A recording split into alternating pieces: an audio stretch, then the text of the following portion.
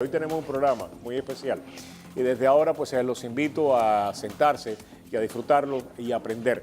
Hoy vamos a hablar básicamente de los cambios que se están dando dentro de la política norteamericana, que son mucho más profundos y pueden tener consecuencias mucho más a largo plazo de lo que nosotros mismos nos imaginamos. Después de esta elección hay algunos que consideran que nunca más se va a hacer política en Estados Unidos como se ha venido haciendo hasta ahora. Los cambios básicamente están ahí pues palpándose, que se pueden palpar. En la década de los 30 pues se conforman una serie de coaliciones políticas que sobreviven hasta la década de los 60, cuando Johnson y Nixon cambian la fisonomía del electorado norteamericano por diferentes razones. En este momento estamos viendo cómo emergen precisamente una nueva y peligrosísima, algunos creen, pues política de identidad, cosa que ha acompañado a la política norteamericana desde sus principios. Para hacerlo tenemos acá un grupo de amigos con los cuales siempre nos aprendemos todo. Para mí es un placer dar la bienvenida a Fran Díaz Pou. Fran, mi querido amigo, gracias por acompañarnos, un verdadero placer. El doctor Marcos Antonio Ramos, mi querido Tony, cada vez que usted viene acá causa sensación. Cuando tengo estos amigos aquí. Causa usted sensación. Cuando tengo estos amigos aquí. El exalcalde de la ciudad de Miami, Mauricio Ferré, alcalde, gracias por acompañarnos. Muchas gracias. Un verdadero placer. Y el profesor, Daniel Álvarez, experto en asuntos del Medio Oriente, pero además de política norteamericana. Aquí yo creo que en esta mesa están las mentes más lúcidas en lo que es política norteamericana de esta ciudad, y que no exagero. Empecemos por ti, Daniel. Básicamente, exageramos cuando digo de que de ahora en adelante pues no se va a hacer política de la misma manera que se hacía en Estados Unidos, y la peligrosidad de la política de identidad. Sí, yo creo que usando la frase de ese gran historiador de la ciencia, Thomas Kuhn, en la estructura de la revolución científica, estamos hablando de un paradigm shift, en español Paradigma, un cambio de paradigma. Un cambio, ¿no? Un viraje, ¿no? Bastante brusco de paradigma. Y eso me parece a mí de que las cosas van a ser diferentes. La lectura que yo le doy, voy a ser breve, es que en términos sumarios, de los 60 para acá, ¿no? El país se diversificó mucho con la reforma de 1965, auspiciada por el senador Ted Kennedy, que abre las puertas a que las familias inmigrantes puedan reclamar a sus otros familiares. Y eso es lo que los conservadores llamaron el anchor babies, las anclas. Eso empieza con el 65 para acá. ¿Qué pasa?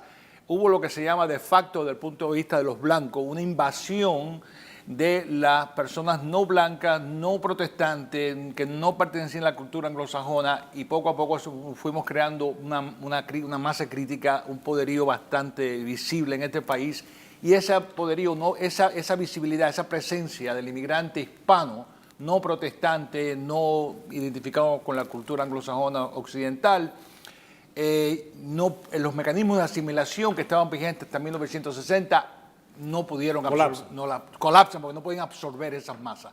Y tiras encima de eso la globalización, que ha cambiado totalmente todos los esquemas de inmigración y las movidas de masa de gente de aquí para allá, no de Latinoamérica nada más, de China, de África, de todo, de Asia. Significa de que lo que quiere hacer Trump y lo que quieren hacer esta gente es regresar al status quo ante. Me parece a mí que es imposible hacerlo, pero Trump es el símbolo del esfuerzo de tratar de hacerlo. Sí, ha cambiado, yo creo que sí, que han cambiado, y ha cambiado la realidad política norteamericana a dos niveles. Primero, en el mecánico electoral. Con la aparición, estamos en la edad cibernética, en la cual hay una explosión de información espectacular, y eso ha transformado cómo se hace política y cómo se hacen campañas políticas completamente. Los medios sociales han alterado completamente la transmisión de las ideas y la discusión política en este país. Eso, por supuesto, incorpora a mucha gente al proceso que antes no se incorporaba, que veían la cosa política pasivamente, la escuchaban a través de los medios naturales, el periódico y después la televisión, veían, pero pasivamente. Ahora participan en una forma tremenda en la discusión política.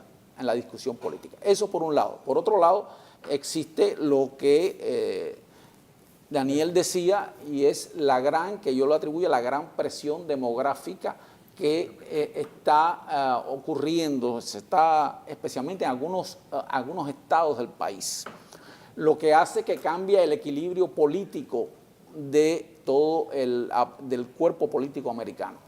Y todo eso altera completamente este fenómeno que estamos viendo en estos momentos. Es decir, la técnica, la tecnología por un lado de la comunicación y por otro lado la presión demográfica que hace que está cambiando. Y eso produce un nivel de ansiedad muy grande entre especialmente el hombre blanco de estratos inferiores en la escala social de ingresos, que se siente desplazado, que se siente que no es escuchado y que no está atendido por el gobierno que él esperaba que lo estuviera atendiendo sus necesidades. Mira, sí y no. Y voy a explicar perdón, de la siguiente forma. Estados Unidos desde su origen ha sido un país racista. Benjamin Franklin dice, hablando de los alemanes y de los suecos, que no podían entrar más alemanes ni suecos a Estados Unidos porque era escoria.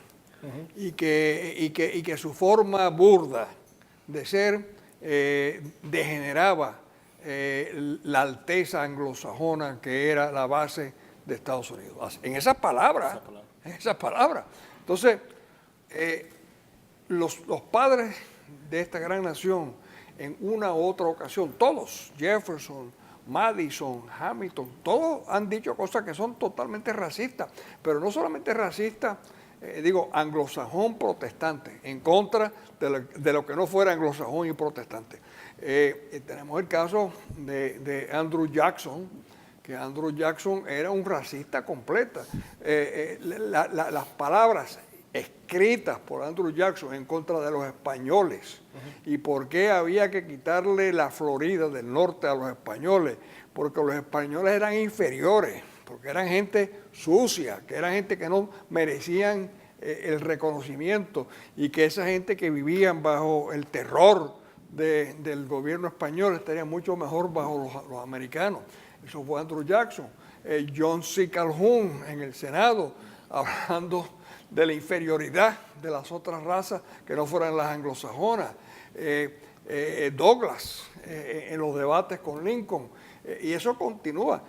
Llega al 1900 con la tremenda pelea entre los imperialistas y los antiimperialistas en el Congreso de Estados Unidos. ¿Quién eran los antiimperialistas? Entonces, bueno, obviamente era gente que querían la democracia. No. Lo que decían es que no queremos a esta gente, a estos cubanos, y a estos puertorriqueños, y a estos filipinos, porque son gente distinta a nosotros y va a ensuciar nuestra cultura y nuestra raza y nuestra forma de ser. Hemos hablado en varias ocasiones de Samuel P. Huntington, en su último libro, Who Are We? The Clash of Civilization. ¿Qué es lo que está diciendo Huntington? Pues él lo que está haciendo es modernizando esa tesis de que nosotros somos distintos. Bueno, tremenda lección que nos va a dar. Pero ahora les voy a hacer una pregunta a ustedes. ¿Es cierto todo eso, en principio, y todo eso de los anglosajones protestantes? Pero la pregunta mía, cuando se refería Franklin a los suecos, todos eran protestantes, no había un solo católico. Sí, no y los alemanes, bueno, vienen los anglosajones, y los alemanes, el 73% de los inmigrantes alemanes eran protestantes. Entonces tenemos que, no es solamente un problema religioso, además los católicos americanos se integraron a ese sentimiento contra los extranjeros y contra los hispanos. Eso está más que probado estadísticamente. Pero quiero también decir algo simpático aquí. Estamos muy agradecidos, nosotros los protestantes, estamos muy agradecidos por la inmigración hispana porque están llenando nuestras iglesias. Es decir, las iglesias protestantes lo que están ahora es recibiendo hispanos en cantidades industriales. Por ejemplo, yo he estado en el estado de Georgia, hay iglesias protestantes hispanas con miles de miembros en Georgia. Ahora imagínate en Texas, así que estamos muy agradecidos, quiero agradecer. Pero no, hablando en serio, sinceramente sí, estoy de acuerdo en principio con lo que ustedes han dicho.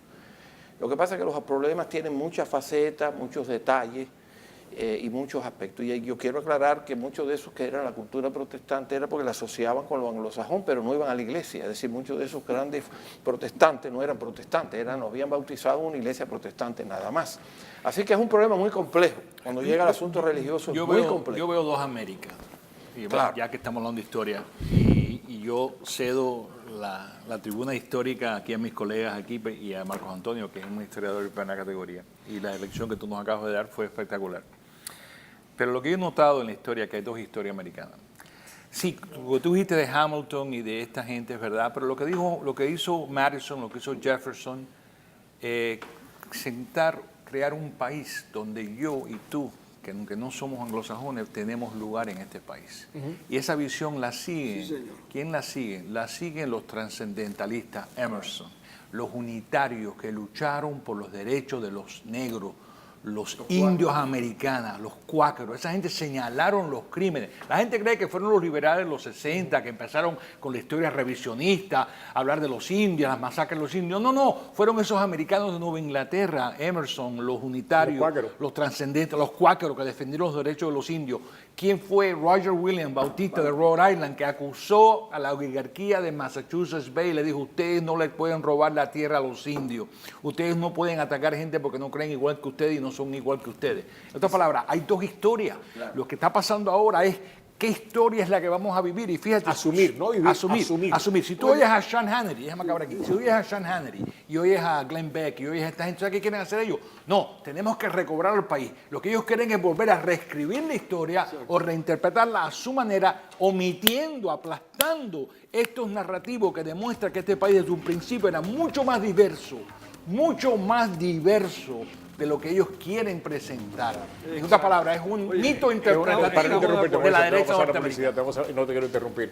Además, lo que yo quiero es escucharlo. Vamos a regresar, porque a mi juicio la única manera de mantener el status quo es por la fuerza. Ya los paradigmas que han cambiado y que están cambiando, no es imposible pues sostenerlo democráticamente.